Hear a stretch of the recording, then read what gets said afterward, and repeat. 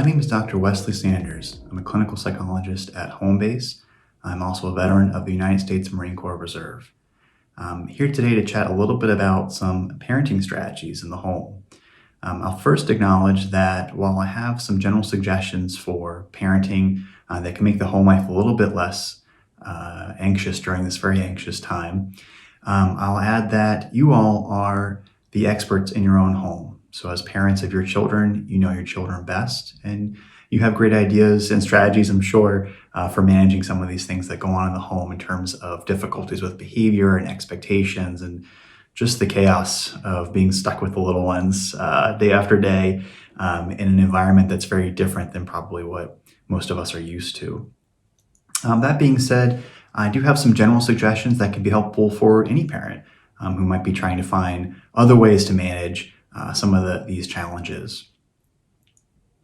I'll start by talking a little bit about boundaries and routines. So kids benefit a lot from consistency in the home environment.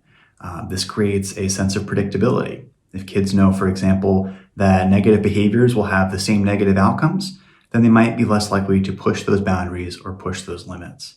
If they know, for example, that they have a limited amount of screen time, and after that screen time is met, then they are no longer able to get more screen time, or they might lose screen time for negative behaviors. The more consistent the follow through with any consequences for negative behavior or for maintaining those screen time hours, the less likely kids are to push back. It creates a safe and comfortable environment where kids know the limits of their behavior. So I bring this idea of routines and consistency up as a goal to strive for, while acknowledging that it's also not entirely realistic to aim for a 100% consistent home environment. But to the extent that's possible, trying to create a semblance of normalcy around the routines, having consistent morning routines, consistent bath time routines, consistent evening routines for going to bed. The more consistent these routines happen day after day, the safer the environment is for the child. And also in terms of behavior, kids are less likely to be disruptive or acting out when they kind of know how the routine is going to go day after day.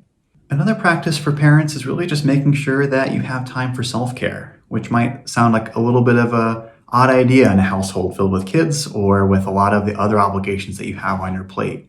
But self-care is really critical for allowing you to have that space to decompress, to take a breath, to gather yourself, and ultimately to kind of have the resilience to keep up this new routine for a long term. What that might look like are things like virtual play dates, where maybe the kids get a chance to see other kids and you get a chance to chat with the parents, or maybe just a parents' night where you get to have a social hour, coffee social, a happy hour, something like that on these different virtual platforms to video chat. Exercising can be really helpful. It both keeps you physically stimulated, but it also helps you mentally to be able to relax and to recover. Really just acknowledging too that this is a challenging time and giving yourself any of these spaces, whether it's before the kids wake up, if there is a before, the evening time when kids are put to bed, being able to have a minute to relax there, any moment of downtime, nap time, things like that, where you can take a break. These are spaces for you to gather yourself and not to feel like you have to jump into the next task or next goal. Give yourself even 5 minutes. Things like mindful meditation, things that are relaxing, things that are rewarding. Anything that you can do to give yourself that space is going to be really important, not just for you, but for your ability to be a parent and be there for your kids when they are up and when they are bouncing around the house. For parents with other parents in the household, being able to tag in or tag out at different times of the day can be essential for being able to balance all the other obligations that you might have. Whether it's being able for the two of you to remote work or kind of balance your obligations and caretaking with that work, or just to give yourself some space for that self-care, as I've mentioned. Being able to have designated times or kind of back and forth times during the day, almost like shift work in a way, because it is work to be a parent at times. And giving yourself that time and space to go back and forth between parents can be helpful for both of you to have that space that you need to accomplish all the other obligations you might have in the home. It's also important to get out of the house with the kids as much as you can. Getting exercise outdoors, just being outside, being able to get some fresh air, taking proper precautions, of course, considering social distancing, and mask wearing and these kinds of recommendations from the CDC. But being able to get outside, either go to a place that's relatively isolated, or if you're having a backyard, or just being able to ride the bike down the street, if the kids can get outside, burn off some energy, get that outdoor experience, and really for everyone to be able to get outdoors here and there. It'll really help with the mental health. It'll help with that feeling of kind of cabin fever, being cooped up. And it'll also make it so that folks are less likely to be a little bit cranky in the household. Being stuck with kids in the home also means finding new things to do. And this can be challenging if there aren't as many activities that you're used to that are accessible.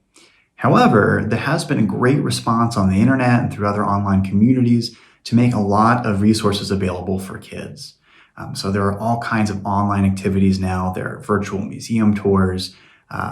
There are almost like a radio hour from back in the day. They have live streams where you can have folks who are reading books out loud, streaming the book reading for your kids to listen to. For younger kids, you can get non-toxic bath paint to paint in the bathtub. Maybe there are online music classes or drawing classes that kids can participate in. All of these are different resources that are available for you as parents. And I actually have compiled a list of a lot of these different resources that you can find in the information for this video and at Homebase that provide these different links to different time-based resources. So if folks are doing an online reading at 3 p.m. in the afternoon on Thursdays, we have those kinds of resources and links available so that you know where to go to find them.